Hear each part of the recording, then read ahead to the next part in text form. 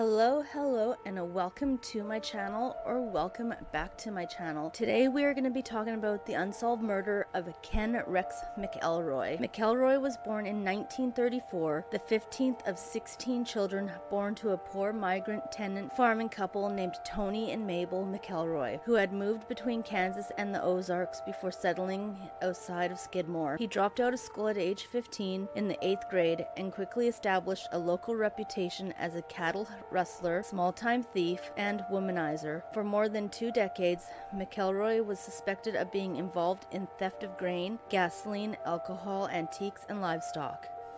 But he avoided conviction when charges were brought against him 21 times, often after witnesses refused to testify because he allegedly intimidated them, frequently by following his target or parking outside their homes and watching them.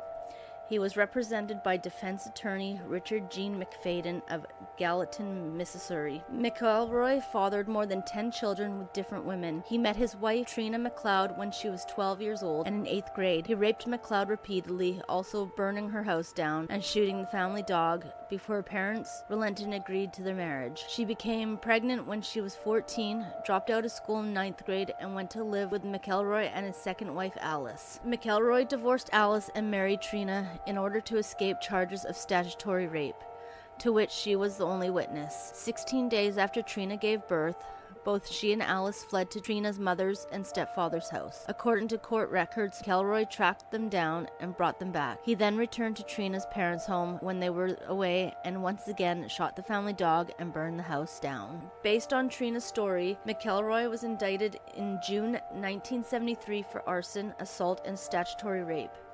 He was arrested, booked, and arraigned, and released on $2,500 bail. Trina and her baby were placed in foster care at a home in Maryville, Missouri. McElroy sat outside the foster home for hours at a time staring at it. He told the foster family that he would trade girl for girl to get his child back, since he knew where the foster family's biological daughter went to school and what bus route she rode. Additional charges were filed against McElroy. On July 27, 1976, Skidmore farmer Romaine Henry said McElroy shot him twice with a shotgun after Henry challenged him for shooting weapons on Henry's property. McElroy was charged with assault with intent to kill. McElroy denied he was at the scene, as the case dragged on without a court date. Henry said McElroy had parked beside his home at least 100 times. At the trial, 2 raccoon hunters testified they were with McElroy the day of the shooting away from Henry's property. Henry was forced to admit in court under questioning by McElroy's attorney Richard Gene McFadden that he had concealed his own petty criminal conviction from more than 30 years previous. McElroy was acquitted. In 1980, one of McElroy's children got into an argument with a clerk, Evelyn Sumi, in a local grocery store owned by 70-year-old Ernest Bo Bauenkamp and his wife Lois, allegedly because the young McElroy child tried to steal some candy. McElroy began stalking the Bauenkamp family and eventually threatened Bo Bauenkamp in the back of his store with a shotgun in hand. In the ensuing confrontation, McElroy shot Bauenkamp in the neck. Bauenkamp survived, and McElroy was arrested and charged with attempted murder. McElroy was convicted at trial of assault but freed on bail pending his appeal.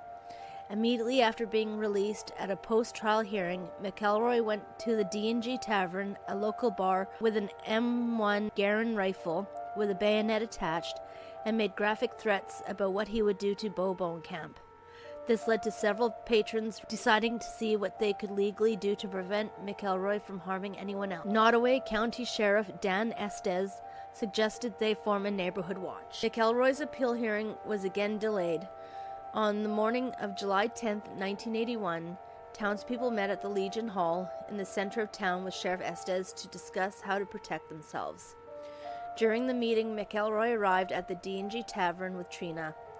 As he sat drinking at the bar, word got back to the men at the Legion Hall that he was in town. Sheriff Estes instructed the assembled group not to get into direct confrontation with McElroy, but instead seriously consider forming a neighborhood watch program. Estes then drove out of town in his police cruiser. The citizens decided to go to the tavern en masse. The bar soon filled completely. After McElroy finished his drinks, he purchased a 6-pack of beer, left the bar, and entered his pickup truck. Someone shot at McElroy while he was sitting in his truck. He was shot several times and hit twice, once by a center fire rifle and once by a .22 rim fire rifle. In all, there were 46 potential witnesses to the shooting, including Trina McElroy, who was in the truck with her husband when he was shot. No one called for an ambulance, only Trina claimed to identify a gunman. Every other witness either was unable to name an assailant or claimed not to have seen who fired the fatal shot. The DA declined to press charges. An extensive federal investigation did not lead to any charges. One local resident later told investigators when asked what happened, he needed a killin'. McElroy was buried at Memorial Park Cemetery in St. Joseph, Missouri on July 9, 1984.